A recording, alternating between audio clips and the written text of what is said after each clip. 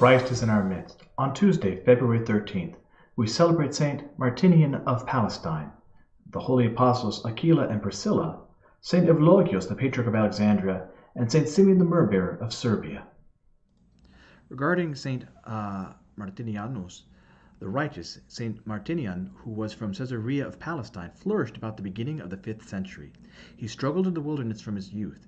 After he had passed 25 years in asceticism, the devil brought a temptation upon him through a harlot, who, when she heard the saint praised for his virtue, determined to try his virtue, or rather, to undo it.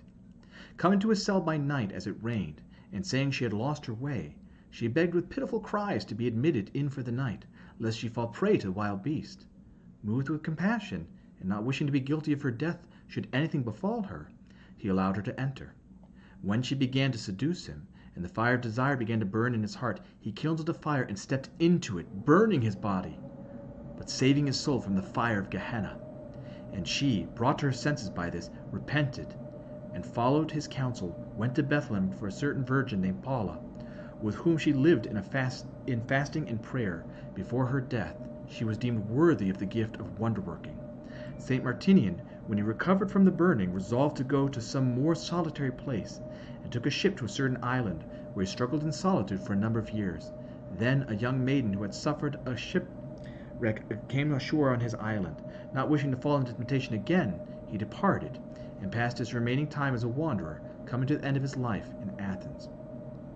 You did quench the flame of temptation with the streams of your tears, O blessed Martinian, and having checked the waves of the sea and the attacks of wild beasts, you did cry out, Most glorious are you, O Almighty One, who has saved me from fire and tempest.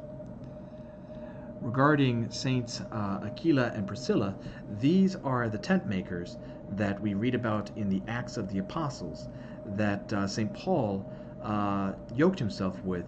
They were also the financiers for a lot of his early missionary journeys and traveled with him on those journeys.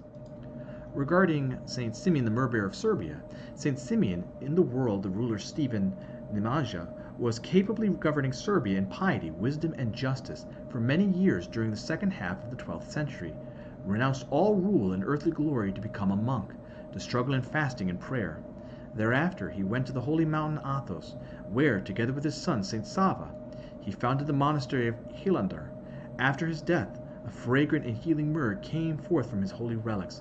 When Stephen Namaja put on the monastic habit with the name Symeon, his wife Anna followed his example, receiving the monastic name of Anastasia. She is commemorated as a saint on June 21st. Illumined by the divine grace, even after death, you do make manifest the radiance of your life, for thou pours forth fragrant myrrh for them that have recourse to the shines of your relics. You did also guide the people to the light of knowledge, of God, O our Father Symeon, entreat Christ God that we be granted great mercy. From St. James's Universal Letter. Brethren, let not many of you become teachers, for you know that we who teach shall be judged with greater strictness. In other words, those of us that are taking on the role of teaching as apostles, as clergy, as theologians, there is a much greater responsibility. The axe is perpetually at our neck because when we sin with knowledge, whereas those who sin in ignorance are not judged quite as harshly as those of us who do sin knowingly. For we all make many mistakes, and if anyone makes no mistakes in what he says, he is a perfect man, able to bridle the whole body also. If we put bits into the mouths of horses, that they may obey us, we guide their whole bodies. Look at the ships also. Though they also are so great and are driven by strong winds, they are guided by a very small rudder, wherever the will of the pilot directs. So the tongue is a little member and boasts of great things. How great a forest is set ablaze by a small fire, and the tongue is a fire. The tongue is an unrighteous world among our members, staining the whole body, setting on fire the cycle of nature, and set on fire by hell. This is why when the fire of our souls is out of control, without prayer and fasting, it'll become a conflagration that destroys. For every kind of beast and bird, of reptile and sea creature can be tamed, and has been tamed by humankind. but no human being can tame the tongue, a restless evil, full of deadly poison. With it we bless our God and Father, and with it we curse men, who are made in the likeness of God. From the same mouth come blessings and cursing. My brethren, this ought not to be so. One of the biggest dangers that we have is when our tongue is going continuously without us being aware of it. Oftentimes I will tell people, pump the brakes. If you just gave 2 seconds, you might not say the thing that you are trying to say. Oftentimes when we get in an argument, we're heated, we'll say something, not realizing it's the devil giving it to us to say. And almost immediately after, we'll say, oh, I shouldn't have said that. I really shouldn't have said that. I've hurt this person. If we had just taken 2 seconds, we might have said, no, I don't feel that way. I don't think that. Why would I say that? That's very hurtful. But we don't. We just say it. We spike it at the person. Take time. Prayer and fasting gives us self-control. But these things are not possible without God.